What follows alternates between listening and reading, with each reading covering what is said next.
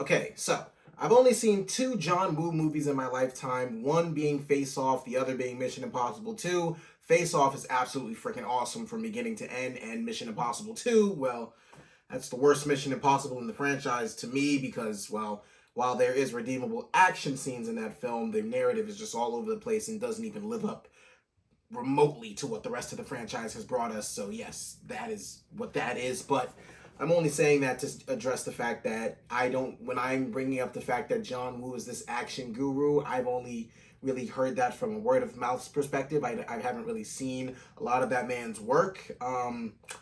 But basically, I'm probably going to bring that up quite a bit because for the action guru that everybody said he was or is this your king?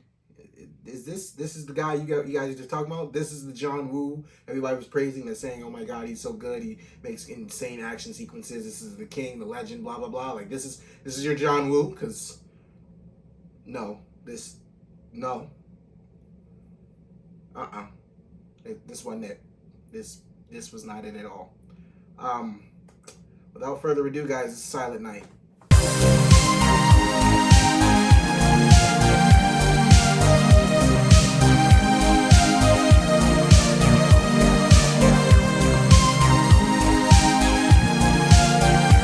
Hey guys, it's your guy in the chair here, and look, this is my review for Silent Night starring Joel Kinnaman, Kid Cudi, I believe her name is Catalina Sandino Moreno, and Harold Torres, and it was directed by John Woo, and our story follows a man who, after the death of his son, loses his vocal cords in a very tragic shooting gang accident, incident, whatever you want to call it.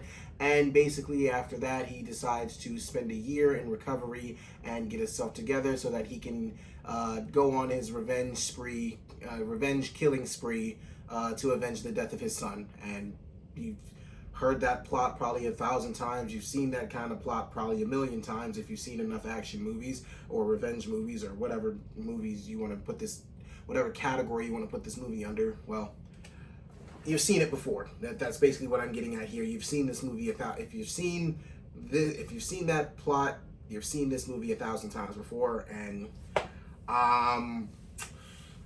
I want to get into what I liked and what I didn't like about the film, but honestly, guys, I'm not going to lie to you. When it comes to what I like about the film,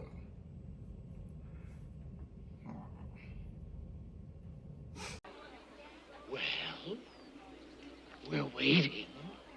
I want to say Joel Kinnaman. I really do, but my problem with Joel Kinnaman is just the fact that his character is treated with just such carelessness and just I don't care about anything that's going on in this movie. First of all, look, I wasn't even aware that, I mean, yes, I was aware that Joel Kinnaman's character couldn't talk, but I was not aware that this entire movie, nobody's talking whatsoever. Like, there's no dialogue at all. It's just a bunch of noises. And by noises, I mean like action noises.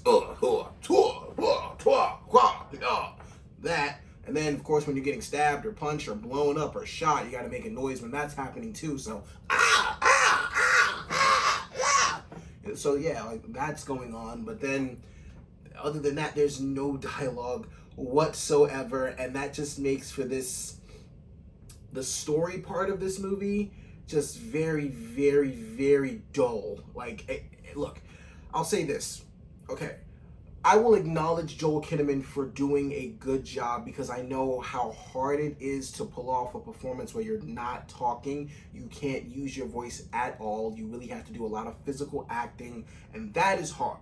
That is not easy, and the reason I know that is because there's a movie that came out earlier this year called Sisu, and the old man in that movie who was kicking all the ass, he didn't talk a lot either. Now, he didn't lose his vocal cords. He just was not a man of many words. He just wanted to fucking get his gold, and if you were in his way, standing in his way of his gold, he was going to snap your neck or do whatever else he had to do to get his gold.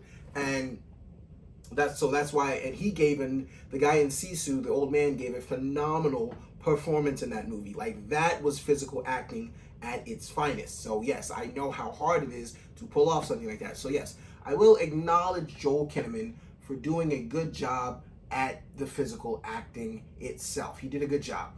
But my problem with this movie is really just the entire movie itself. I mean, like I said, for the action guru that people praise John Woo to be, the action in this movie is absolutely just subpar. It's not entertaining whatsoever. It doesn't even get me on the edge of my seat. It's like just run-of-the-mill action films, just a run-of-the-mill action movie. And on top of that, this movie takes forever to start. It's like in the trailer, you understand he loses his son. You understand that, you know, he's in a coma, or he's in a coma because he lost his vocal cords, and he's just training to go on this revenge killing spree and get these guys back to avenge the death of his son. You see all that in the trailer. So why are we taking so long to get to the action in this movie? Like, why do I have to spend such a long time with this guy as if you guys are building some sort of narrative here, which really you're not? Honestly, I'm not going to lie to you. Joel Kinnaman's character is a dickhead. Now, I understand that grief hits people in all different certain ways, and, you know, how we react and respond to grief can be very, very, very various, and just, you know, we don't necessarily know like how to really control ourselves in those moments. But this dude literally treats his wife like crap. His wife ends up leaving him. Oh, well, maybe I shouldn't go too deep into that. So sorry about that. I'm so sorry. So sorry about that.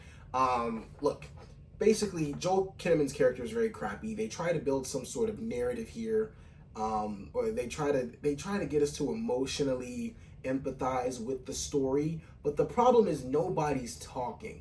Like even if they would have given us the 10 minutes in the beginning of the film where people were talking, or at least he had a voice and we could actually understand what he lost, he never has a voice in the entire film. So it's like, I don't even care what you're going through, bro. Like, let's just get to the action. Like, I get it. You lost your kid. It's very heartbreaking. I understand. But I want to get to you starting to kick ass, not necessarily just being fucking down in the dumps for a whole year. Like, you don't have to show that. I mean, he wasn't down in the dumps for a whole year. It took some months for him to get out of his funk, but then he started to train. And honestly, I really thought when we were going through the training sequences, and honestly, I really did like the training sequence in this movie, as far as like him going through the months of actually looking stuff up on YouTube, teaching himself how to do certain moves, and because it's not like, you know, you lose your son and all of a sudden you become John Wick. That's not how that works. And I'm glad this movie, you know, points that out. So they're taking a realistic point, or a realistic perspective in the sense of that, you know, sense. But as far as like the action sequences go, I feel like you could just make it as unrealistic as you want. It's an action movie. We don't really need much realistic stuff here. It just needs to be as dumb as humanly possible, and I just need to be throwing popcorn in my face, watching guys get their heads chopped off, heads blown off, literally just whatever. Like, this dude, I would have been more satisfied if this dude had, over that year of time that he was mourning his son, had become one of the best assassins ever. Just out of nowhere, the dude obtained an insane amount of skills from YouTube, and all of a sudden he's taking out like 30 guys at once. That would have been amazing. Like, that would have been absolutely awesome. Like, I don't need, like, that is the movie that this should have been, but it's not that. It's just a more very dull, realistic version of what this scenario would play out like. And then, like I said, narrative wise, they just do a very poor job at handling all of these characters. Look, minor spoiler here, other than the fact that his wife left him, but I'm gonna be real with y'all, that doesn't even matter in this film whatsoever. There's this scene where he drops off a Christmas card at Kid Cudi's house, and Kid Cudi plays a cop. He drops a card off at Kid Cudi's house, and the card basically says, it all ends tonight. I'm going to get revenge on everybody. I'm going to do what you guys should have been done a year ago. And my confusion with that is the only two scenes previous to that scene that Kid Cudi and Joel Kinnaman have been in the same room together was the beginning of the film when he's in a freaking coma and Kid Cudi leaves him his card. And then there's another scene where this dude is in the police station and Joel Kinnaman's in the police station, takes pictures of all the people who are involved in his son's murder, and just leaves.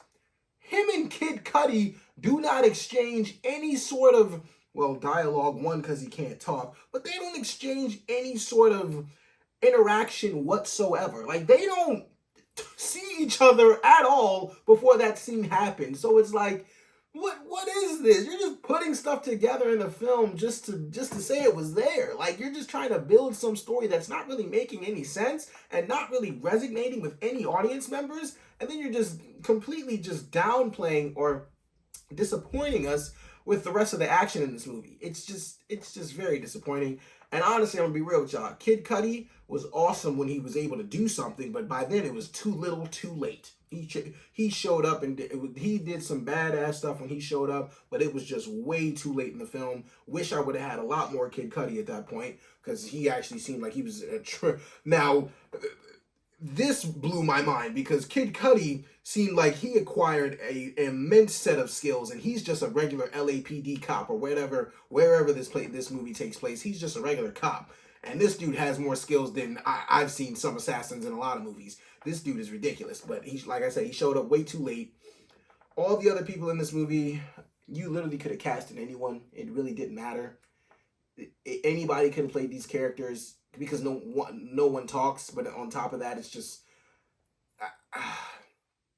really bad. Like I said, the action scenes are a huge letdown. They're not even I was honestly hoping to enjoy this movie because Joel Kinnaman has a I think he's a decent actor. I think he just gets a lot of like a shit end of the sticks type situations because I mean he was in RoboCop, which really wasn't that good, and then he was in Suicide Squad, which definitely wasn't good. But then he was in The Suicide Squad, and all of a sudden Rick Flag, who was literally a night and day performer from the David Ayer's Suicide Squad to James Gunn, Rick Flag became an absolutely incredible character, had an incredible arc, and Joel Kinnaman did a great job in that movie. So I'm like, okay, Joel Kinnaman's doing something else. Hopefully he can redeem himself. But no, he keeps getting the shit end of the stick and just ending up in movies where nobody's going to give a fuck. Like, that's once you leave this thing, you're just like, nothing really stuck with me there. Like, there's no kill that stuck with me. There's no action scene that stuck with me. There's no car chase scene that stuck with me. There's nothing that really sticks with you other than the fact that no one talked, and you basically have to sit there and just make up the movie yourself. Like, you have to sit there and just make up what's going on, like literally dialogue in your head. You start talking to yourself. I started talking to myself like midway through this movie and just giving my own commentary for this thing because honestly, the fact that nobody talks kind of just gets really frustrating after a while, for me at least. And like I said, I didn't necessarily know that nobody in the movie was going to talk. I thought that was just Joel Kinnaman's character. The other thing about this movie is, like I said, if you've heard of this plot before and you watch a lot of action movies, you've seen everything, every concept introduced to you in this film, you have seen in another film just done a lot better. I'll start with the title. Silent Night. There was a movie that came out last year called Violent Night, a play on words. Violent Night with David Harbour. That is just simply a better movie with a lot better action sequences, and it's just a lot more fun than what this was.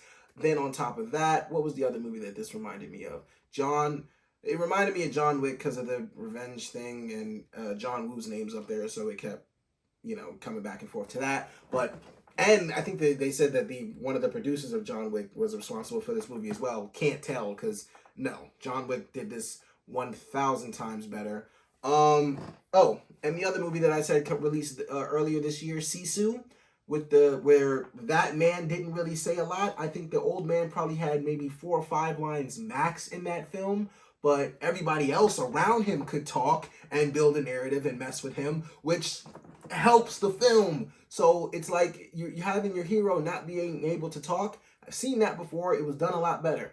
I've seen movies like this done before, and they're just done so much better than what this was. And this is honestly me I am recording this a lot longer than I thought I would. I'm just going on a huge rant because this movie was bad. This movie really disappointed me. I really wanted to like this film. Like, I don't really expect much from action films unless they are franchises at this point. Like, if they're just run-of-the-mill action films, I'm just expecting to kick back, relax, and just watch some dumb stuff happen on the screen. But the dumb stuff that happened just wasn't even worthy of anything. It's just bad. It's just really bad. So that's my review. And for all those reasons and so many more, guys, I'm going to give Silent Night a 2 out of 5 stars. All right, guys, so Silent Night, have you seen it? What did you think about it? Look, thank you guys so much for watching. I really do appreciate it. Be sure to like, share, subscribe, all that good stuff and so much more, guys. Look, this is your guy in the chair. More content coming to you soon.